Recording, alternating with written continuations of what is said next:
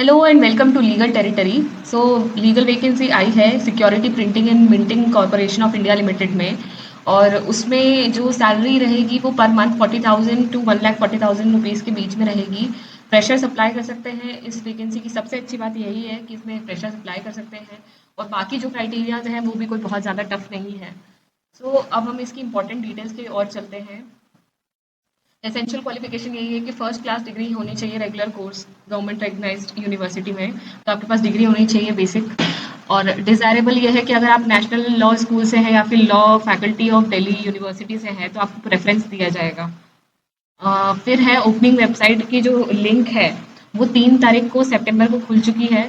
और इसकी जो क्लोजिंग डेट है वो 3 अक्टूबर तक रहेगी। सो इस बीच में आप पेमेंट भी कर सकते हैं और इसी बीच में आपको अपना फॉर्म भी फिल करना है। फॉर्म को कैसे क्या फिल करना है वो मैं आपको आगे एडवर्टाइजमेंट में बता दूंगी। बट बिफोर दैट बहुत लोगों का डाउट होता है कि एडमिट कार्ड कब आएगा। तो एडमिट कार्ड आएगा 10 से 15 दिन पहले एग्जाम के। और इसकी एग्जाम डेट जो है वो अभी इन लोगों ने बताई नहीं है। तो एग्जाम डेट हमें इसके वेबसाइट पर रेगुलरली चेक कर कर ही पता चलेगी।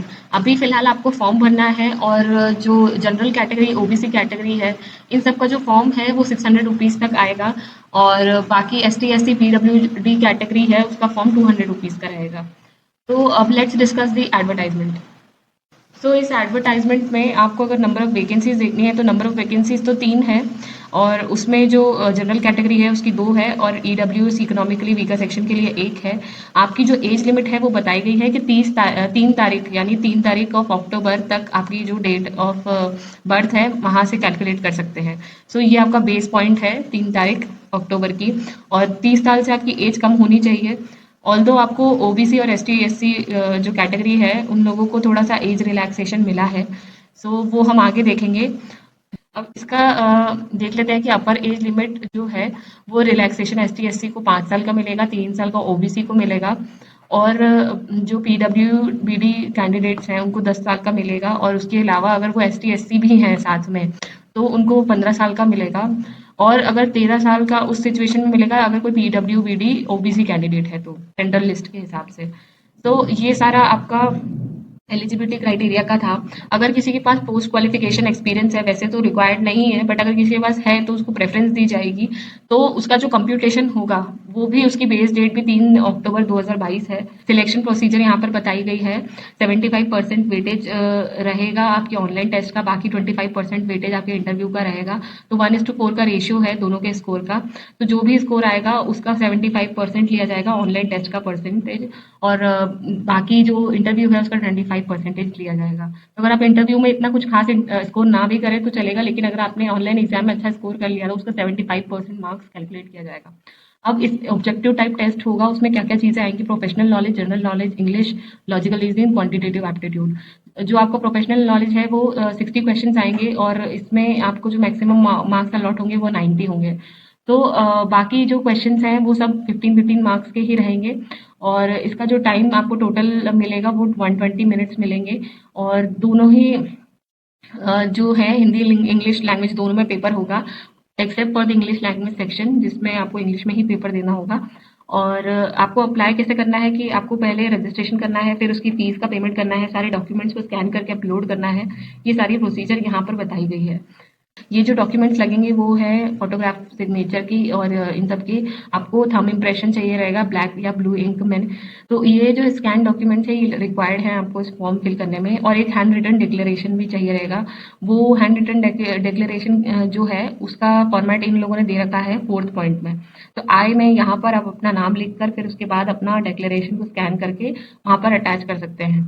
फिर आपके बारे में बताया गया है कि जो हैंड रिटन डिक्लेरेशन है वो इंग्लिश में ही होना चाहिए और किसी लैंग्वेज में नहीं होना चाहिए। और जो डॉक्यूमेंट्स हैं वो ऑनलाइन पेमेंट और ऑनलाइन फीस पे करके आप अपलोड कर सकते हैं। और personal email ID mobile number आपको अपने एक्टिव रखने होंगे इस दौरान ताकि आपको कोई भी सूचना देनी हो तो वो आपको दे सके ऑनलाइन मोड द्वारा। तो ये इसका एप्लीकेशन प्रोसीजर है। आपको SPMICL में आपको इसका जाकर इसकी वेबसाइट पर जाकर अप्लाई ऑनलाइन में जाके क्लिक करना होगा। अब एक कॉमन क्वेश्चन मैं एड्रेस करना चाहूँगी कि बहुत सारे स्टूडेंट्स पूछते हैं कि सिलेबस क्या है। तो इसका सिलेबस पूरे एडवर्टाइजमेंट में कहीं नहीं दिया हुआ है तो इवन आई डोंट नो कि इसका सिलेबस क्या रहेगा। बट अगर ये सिंस एक पब्लिक सेक्टर अंडरटेकिंग है, तो इसमें कमर्शियल लॉज़ लगेंगे, तो कमर्शियल लॉज़ में हमारा क्या-क्या आता है, कॉन्ट्रैक्ट जो सबसे बेसिक होता है, तो कॉन्ट्रैक्ट एक्ट तो करना ही है, कंज्यूमर प्रोटेक्शन एक्ट करना है आपको, कंपनीज़ लॉ के हिसाब से उसके बेसिक्स देख कर जाने हैं। तो जो भी चीज़ें कमर्शियल लॉ से रिलेटेड है, पार्टनरशिप एक्ट है, ये सारी चीज़ें आपको एक-एक बार देख कर जानी ही हैं। सबसे ज़्यादा इम्पोर्टेंट तो कॉन्ट्रैक्ट एक्ट रहेगा ही रहेगा, क्योंकि ये हर पीएसयू के एग्ज़ाम में आता ही आता है। तो वो आपको एक बार सारे इनके सेक्शंस देखने हैं। कॉन्स्टिट्यूशन इंपॉर्टेंट हो जाता है, क्योंकि constitution her exam point of view से इंपॉर्टेंट होता है। और सीपीसी के कुछ सेक्शंस जैसे कि एग्जीक्यूशन वाले जो रहते हैं, वो आपको देखने ज़रूरी हो जाते हैं, क्योंकि उसमें से भी क्वेश्चंस आते ही हैं। तो इन एग्जाम्स में आपको सिलेबस नहीं बनाया जाता, क्योंकि वैकेंसीज ही इतनी कम निकलती है कि स्टूडेंट्स बहुत कम अप्लाई करते हैं। तो और जो लोग अप्लाई कर रहे हैं इस साल, क्योंकि इस बार क्राउड ज़्यादा है, तो उन लोगों का सबसे इम्पोर्टेंट डाउट ही यही रहता है कि सिलेबस क्या रहेगा। तो आपको अपने अंदाजे से इसका सिलेबस पढ़कर जाना है। मैंने आपको कुछ लॉज के नाम बताए हैं, ये कमर्शियल लॉज में आते हैं। एक एक बार आप इनको देख कर चले जाइएगा, क्योंकि समहाउ सब कोई दूसरी एग्जाम्स की प्रिपरेशन के साथ साथ ही इस एग्जाम को लिख रहे हैं। तो कोई भी डेडिकेटेडली इस एग्जाम पर्टिकुलर एग्जाम के लिए तैयारी नहीं कर रहा है। तो आपको कमर्शियल लॉस देखने हैं, और आपके जो मेजर एक्ट्स हैं उनको एक एक बार देखकर इस एग्जाम में जाना है। लिमिटेशन एक्ट और एनआई एक्ट भी इस पीएसयू के एग्जाम के लिए इंपॉर्टेंट हो जाते हैं, क्योंकि लिमिटेशन हर चीज़ पर अप्लाई होता है, और एनआई इसीलिए क्योंकि जो बैंक के चेक और ये बाउंस के केसेस होते हैं, वो इंपॉर्टेंट हो जाते हैं अगर आप किसी पीएसयू में काम करते हैं। और यहाँ पर असिस्टेंट मैनेजर की पोस्ट है, तो उसका इम्प्लीमेंटेशन लिमिटेशन एक्ट का, एनआई एक्ट का, वो सब बहुत इंपॉर्टेंट हो जाता है। एविडेंस एक्ट भी अगर आप देख लेंगे तो अच्छा रहेगा। तो ये कुछ एक्ट के मैंने आपको नाम बताए हैं, आप एक बार नोट डाउन कर लेना वीडियो को पॉज़ करके, जो भी नाम मैंने आपको बताए हैं, इस पर्टिकुलर पार्ट को सुन लेना। तो आई होप ये वीडियो आप सभी को पसंद आई है। अगर पसंद आई है तो प्लीज़ इस वीडियो को लाइक, शेयर एंड सब्सक्राइब कर देना, और कोई डाउट हो तो कमेंट सेक्शन में ज़रूर बताइएगा। Thank you guys.